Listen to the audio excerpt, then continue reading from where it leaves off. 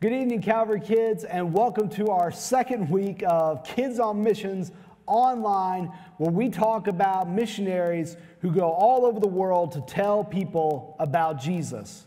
Now remember, a missionary is just someone who goes somewhere and tells somebody about Jesus.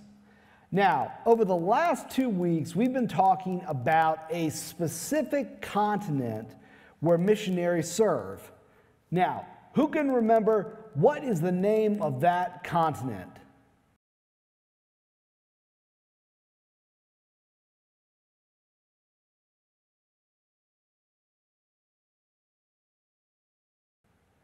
That's right, the continent of Africa, and more specifically, the western region of Africa, Western Africa, and the missionaries that serve there. That's what we've been talking about. And over the last couple of weeks, we've learned some interesting facts about the countries that are in Western Africa. Remember the first week we talked about the temperature there, how their average temperature is usually somewhere between 88 and 106 degrees.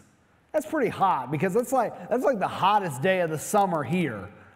I don't think we've ever gotten up to 106. Somebody might have to tell me whether you have or have not. But 88 to 106 degrees, that's their average temperature in Western Africa.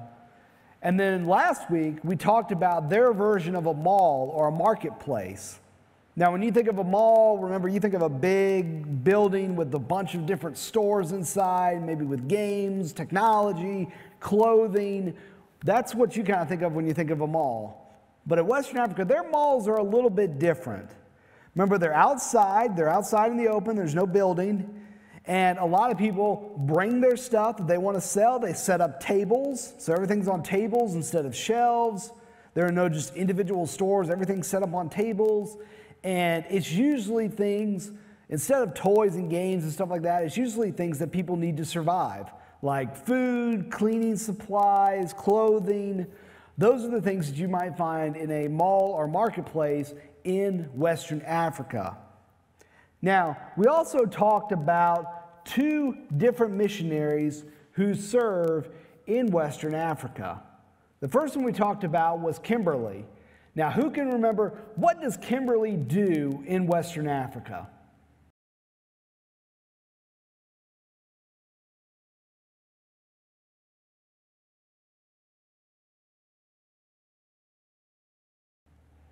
That's right. She goes around telling kids the stories that are found in the Bible. So she tells them stories about creation, David and Goliath, Daniel in the lion's den, and then of course the stories about Jesus, how he was born, how he died, and how he rose from the dead.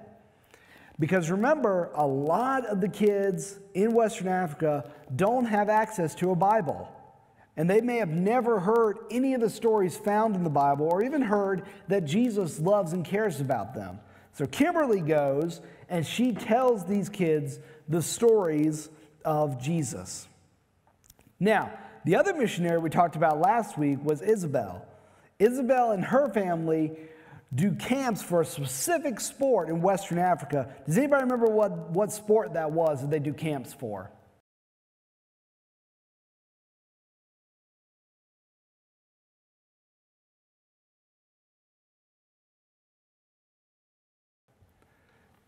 That's right. They do soccer camps. Remember, soccer is one of the most popular sports in Western Africa right now. So they go around doing soccer camps for kids. And what they do at these soccer camps is not only do they teach kids soccer, but they also tell them the stories of Jesus, how much Jesus loves and cares about them, because otherwise they might never hear these stories. So both of these missionaries, they work hard in telling people about Jesus. Now tonight, we're going to learn another very unique thing about the continent of Africa, and specifically Western Africa. But before we get to that, I got a couple questions for you guys tonight. So, first question, real easy. What language do we speak? It's not a trick question.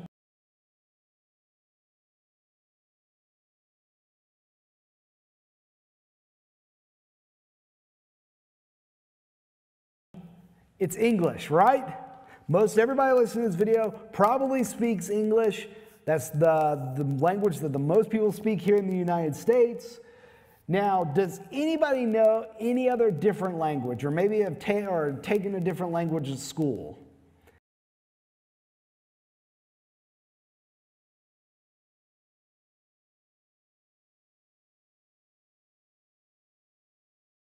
Maybe something like Spanish. I took some Spanish in school, in high school, and I took a little German in college. I don't really remember much of it, but I took it. Now, would it be confusing if someone came up to you and started trying to have a conversation with you in a completely different language? A language that you didn't know. Let's say somebody came up to you and started speaking French. Would you have any idea what they're talking about? Of course not, because you don't know French. I don't know French. You wouldn't be able to understand anything that they are saying. So language is so important when you're trying to communicate something. Now, how many languages do you think are spoken in the continent of Africa? I know, whatever you're guessing, it probably needs to go higher. Higher. There are about 2,000 different languages spoken on the continent of Africa alone. And now in Western Africa, there's a specific country up here, it's going to be up here on the map. It's called Nigeria. If you look at the very bottom in purple, right under Niger, there's a country called Nigeria. In that country, there are over 250 different languages spoken just in that country alone. That's a ton of different languages. Some people may know 1 or 2 different languages, but 250, that is a ton. But in order to tell people about Jesus and how much he cares about them, missionaries like Kimberly, like Isabel and her family, they learn all kinds of different languages so that they can communicate the stories of Jesus to these people. Now, tonight, we're going to learn a couple of words and phrases in a language spoken in Western Africa. Now, some of the languages spoken there are a lot of people who do speak English there. Another very popular language there is French, that a lot of people speak. I don't know French personally, but there are a lot of people who speak French. But there's another popular language there that you probably have not heard of before, and it's called Songhi. And it is one of the more popular languages in Western Africa. You may not have heard of it. I've never heard of it. But we're going to learn tonight some words and phrases in the language of Songhi. All right? So, you guys have got to do this with me. All right? Do this with me at home. Get mom and dad to do it with you at home. Because if I'm going to butcher this, you guys are going to have to butcher this with me at home. All right? All right, so we're going to learn a couple of different words and phrases, and we're going to start with a very simple one, all right? If you wanted to say hello, you would say fofo, all right? Everybody say that with me. Fofo, fofo. That means hello, all right? Now, if you wanted to tell somebody what your name is, you would say Emma, Emma. All right, if you wanted to fill in the blank, you would say, Emma, Pastor Harris. Emma, Pastor Harris. My name is, fill in your name. All right? Then if you wanted to ask somebody how they're doing, how are you? You would say, Montenugo, Montenugo. How are you? All right? Then if you wanted to say, I'm fine, thank you. Thank you for asking. All right, you would say, Ban sama fofo. Ban sama fofo. I'm fine, thank you. And if you wanted to ask somebody else how they were doing, you would say, and you, and it would go, Ngo, Ngo, and you. And then, of course, you would respond with, I'm fine, thank you. Bana sama fofo. Bana sama fofo. All right, so we're going to have a little conversation here in Songhi. All right, I want everybody to do this with me together, all right? We're going to say, hello, my name is, how are you? I'm fine, thank you. And you? I'm fine, thank you. All right, everybody ready? Here we go. Fofo, Emma, Pastor Harris.